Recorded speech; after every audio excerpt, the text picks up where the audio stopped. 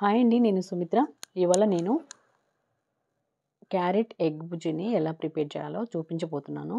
దానికి ముందుగా నేను క్యారెట్స్ని కట్ చేసుకొని తీసుకున్నాను. పావు కిలో కంటే ఎక్కువ అండ్ హాఫ్ కిలో కంటే తక్కువ తీసుకున్నాను. 4 ఎగ్స్ తీసుకున్నాను. ప్యాన్ పెట్టాను. ప్యాన్ హీట్ అవుతూ ఉంది. దీంట్లోకి ఇప్పుడు ఆయిల్ వేసుకుందాము. ఆయిల్ మరీ ఎక్కువ పట్టదండి, కొంచెం తక్కువ అయితే 3 స్పూన్స్ అయితే సరిపోతుంది. ఆయిల్ ఎక్కువ వేస్తే కూడా బాగుండదు అనమాట, లైట్గానే వేయాలి. ఇందులోకి ఇప్పుడు ఆవాలు, జీలకర్ర వేసి ఆవాలు చిటపటలాడిన తర్వాత ఇందులోకి ఇప్పుడు ముందుగా కట్ చేసి పెట్టుకున్న పచ్చిమిర్చి, అల్లం తరుగు వేసుకున్నాము. ఈ పచ్చిమిర్చి, అల్లం తరుగు బాగా వేగిన తర్వాత, ఫ్రై అయిన తర్వాత ఇందులోకి కచ్చా పచ్చ కొట్టుకున్న వెల్లుల్లి కూడా వేసుకున్నాము. ఒక 5-6 రెబ్బలు వెల్లుల్లి తీసుకున్నాను. వేసేసుకొని అంతా బాగా మిక్స్ అయ్యే విధంగా కలుపుకోవాలి. ఇప్పుడు ఇందులోకి పచ్చిశనగపప్పు, మినపప్పు తీసుకున్నాను. మినపప్పు, పచ్చిశనగపప్పు గోల్డెన్ బ్రౌన్ కలర్ వచ్చేంత వరకు ఫ్రై చేసుకోవాలి.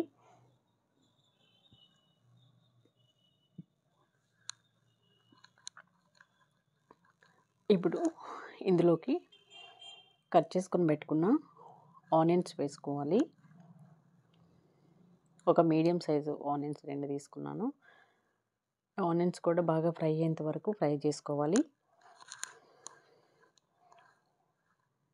ఇప్పుడు ఇందులోకి కొంచెం పసుపు,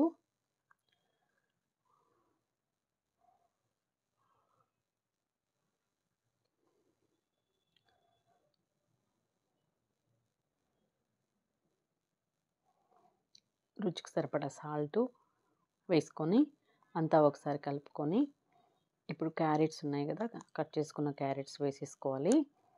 వేసుకొని అంతా ఒకసారి కలిపేసుకోవాలి.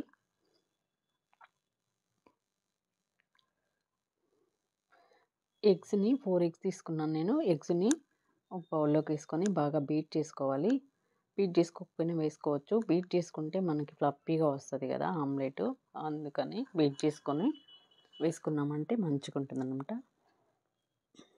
ఇప్పుడు ఈ బీట్ చేసుకున్న మిశ్రమాన్ని, ఎగ్ మిశ్రమాన్ని కూడా ఇందులోకి వేసేసుకోవాలి.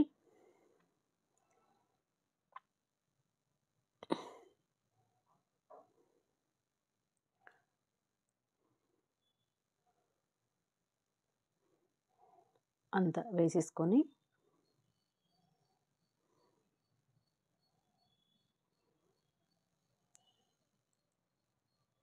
ఒకసారి కొంచెం ఉడికేంత వరకు కలపకూడదండి, ఎందుకంటే మనకు మంచిగా రాదు ఎగ్గు. కొంచెం పెప్పర్ పౌడర్ వేసుకొని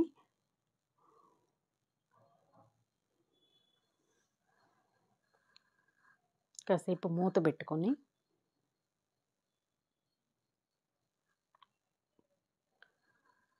పెట్టుకొని తీసుకుందాము.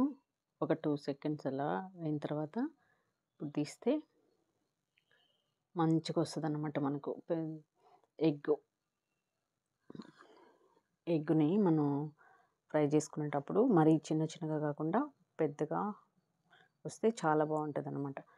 ఇప్పుడు ఇదంతా కూడా కలిపేసుకొని ఇందులోకి రుచికి సరిపడా కారం వేసుకొని